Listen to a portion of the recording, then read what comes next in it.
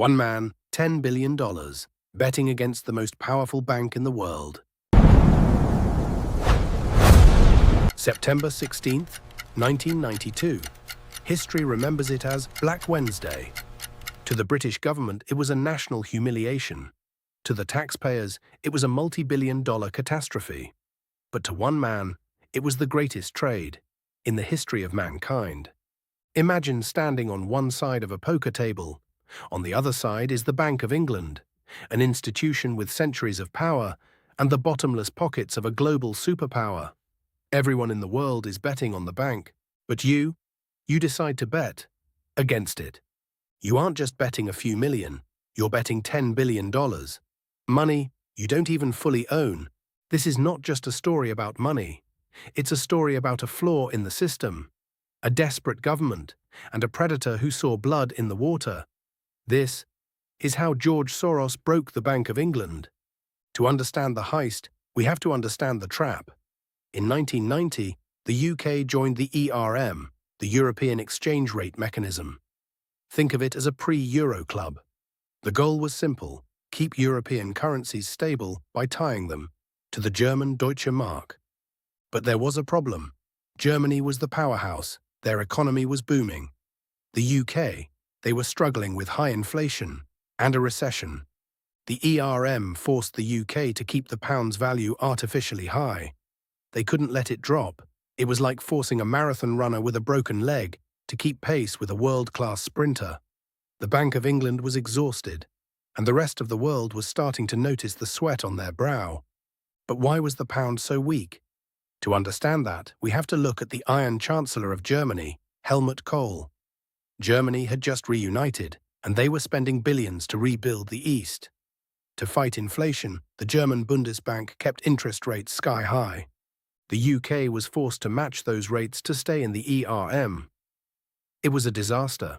British businesses were collapsing. Homeowners couldn't pay their mortgages. The British public was screaming for a rate cut, but the government's hands were tied by the European Treaty.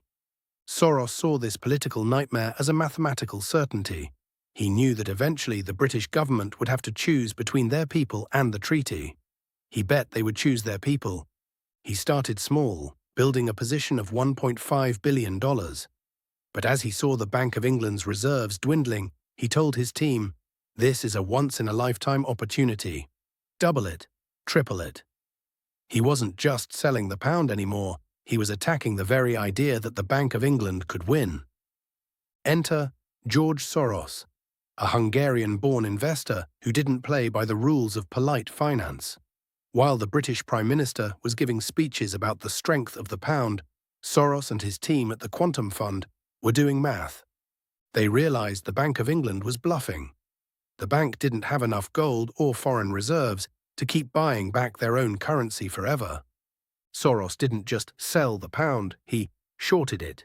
He borrowed billions of pounds, sold them for marks, and waited for the pound to crash. He wasn't just taking a position, he was building a guillotine. By the night of September 15th, his position was so massive that if he was wrong, his entire empire would vanish. But Soros wasn't worried. He told his head trader, Stanley Druckenmiller, "Go for the jugular." While the world slept on the night of September 15th, the phone lines between London and Frankfurt were burning red hot. The British Treasury was pleading with the German Bundesbank to lower their interest rates or help buy the pound. The Germans refused. They essentially told the British, "Your currency is overvalued. It's not our problem." When Soros heard about this lack of cooperation, he knew the Bank of England was isolated. He was no longer just a trader. He was now more powerful than the British Treasury. He began leveraging his fund, borrowing massive amounts of money to sell pounds he didn't even have yet. It was a move of supreme confidence, or total insanity. 7:30 a.m. Black Wednesday. The London markets open. A tidal wave of sell orders hits the floor. The Bank of England fights back. They start buying pounds, millions, then billions. They even raise interest rates from 10% to 12% in a single morning. A desperate trick to keep the currency alive. It didn't work. The markets smelled fear. Soros kept selling. By 11 a.m., the British government did something insane. They announced another interest rate hike to 15%. This was a suicide move. It would have destroyed every homeowner in the country. But the pound kept falling. The market knew the government was out of ammunition. They were throwing furniture into a fire that wouldn't stop growing. At 7 p.m. that evening, the UK officially surrendered.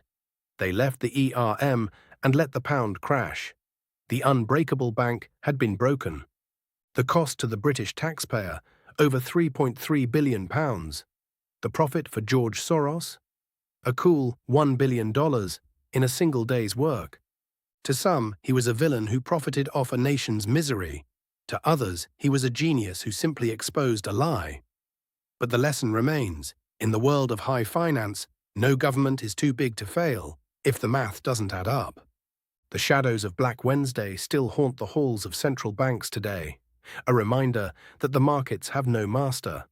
George Soros didn't just make $1 billion that day. He changed the way we look at national sovereignty forever. But he isn't the only one who used a crisis to build an empire. Soros didn't break the Bank of England. The British government handed him the key. The real question is, who's holding the key right now? If you found this forensic breakdown valuable, you're in the right place. We are diving deep into the dark side of wealth every single week. Before you go, hit that subscribe button and turn on notifications for Billionaire Forensics. We are just getting started.